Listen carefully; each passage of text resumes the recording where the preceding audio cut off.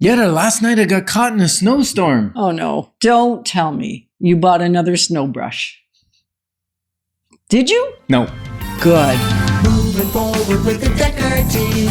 Moving forward together with the Dekker Team. Well, welcome to another episode of Life's Inside Track. I'm Yetta Dekker. And I'm Ken Dekker. And it's where we get to share techniques, thoughts, tips, tools, and tactics that we all deserve. You, I, everyone. So we get to turn our house into home, our families thrive, and we live the best life possible, including in relation to our wealth. Mm-hmm. We're going to consider that what we've learned over the last season is that we can only use our money once. Or is that true? That's what we're going to consider. We're going to talk about really how do we either use our money by spending it or saving it or investing it. Yeah. Right? We can only do three things with it, right? We can spend it, we can save it, we can invest it. Nope. No? We can do four things. Oh, what's the fourth thing? We can give it away. Oh, we could give it away, which is using it, sort of. Charity. Charity. Okay. Yeah. It is using it, and it's not spending it. Right. It's typically when we spend on things or experiences. Which is fantastic. So we can give it. Mm-hmm. Right. We'll stick with four things then. We'll Yeah. categorize it accordingly. Yes. Fantastic. So the snow brushes. Like, why would we start a segment that's about what we've learned this year and how to build greater wealth is the area that we're really unpacking here. And what does a snow brush? Well, Yetta, it has to do with cleaning up the garage. And when we cleaned up the garage, how many snow brushes did we discover? Well, I discovered. Okay. Because you didn't find any of them. Oh, you found Because them all? once I found one. You went looking for them. I did. You went looking for my snow shovels too, didn't you? I did. I found a lot of snow shovels. I found a lot of snow brushes. And I found a lot of umbrellas. We're two humans that live in this house. Yeah. And we have one winter car and one summer car now. So we only need really probably one snow brush would be a great lower limit. And maybe an upper limit would be two snow brushes in case something goes wrong with one of them or in case somebody comes to visit and they don't have a snow brush. Last year, here's the bottom line is we had 7. Somebody came to visit, they didn't bring their lower limit snow brush and it snowed and I gave them one of our snow brushes and it really didn't matter because we still have 6. You didn't know that at the time, though. I had no clue. You were sacrificially giving, even though you didn't know we had so many snow brushes. And you know what it is? It's sometimes I can't find it. I'm disorganized, so I go buy another one. Or I get caught in that snowstorm. And, cleaning a car off with your credit card or with your hand, it's way better to use your credit card and buy another snow brush. There's a thought. And so not being prepared. Yeah. So really what we wanted to discuss was lower and upper limit on things. Because I think you also found about 6 or 7 shovels. Oh, no. It was more than that. And there are different types of shovels for different types of snow and different clearing of different things. So I could understand if I had maybe 2 or 3. Yes, I'll give you 3. And what I figured out was sometimes they start to wear. The metal strip on the edge is broken or it's hanging off or the plastic's all worn or the handle's starting to crack. And I go buy a replacement, but I don't get rid of the old one.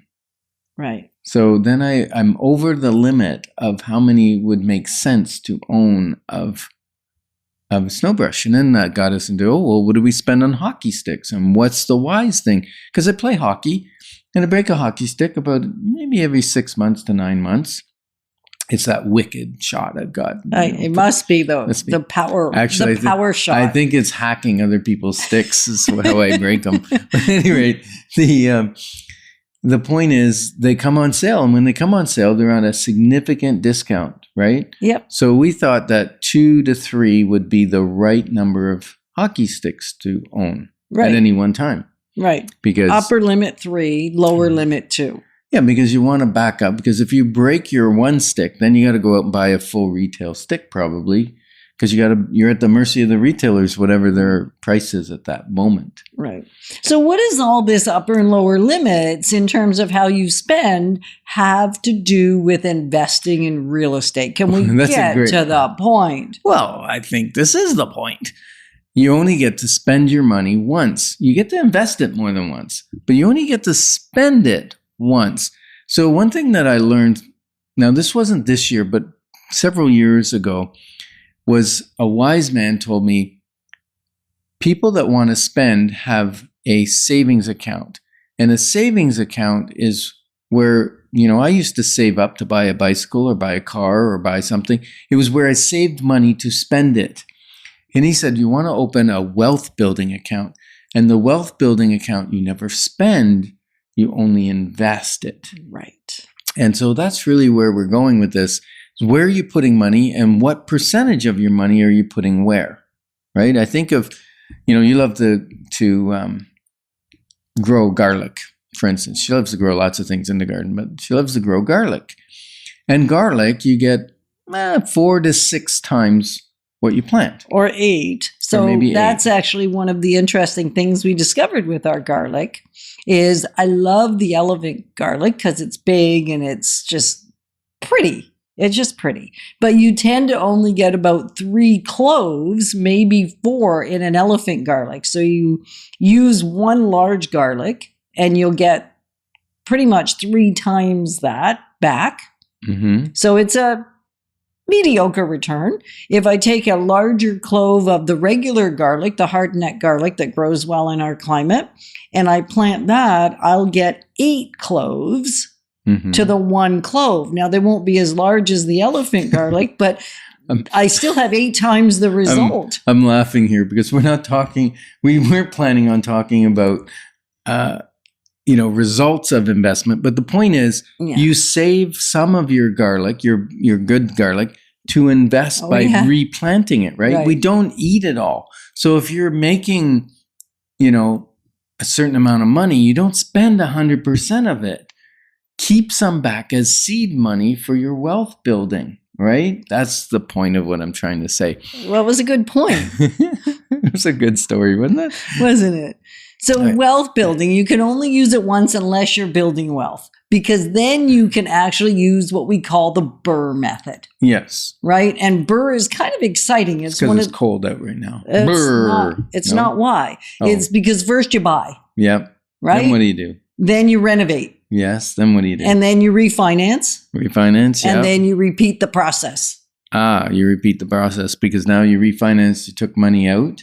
Yes. To buy the next one. Exactly. Right? So that's why they call it BRRRR. And so that's why you can use your money more than once. You're not actually leaving it all in the house. You're increasing the value by the renovation. Right. Therefore, getting a higher evaluation and then being able to pull that original money out and buying your second property. We should do a whole show on that. We have done a few, but we'll do another one. Okay. Yeah. But the bottom line is, reinvest what you already have. Yeah, because a saving or a wealth building account where you save money actually it's like putting money in a lake.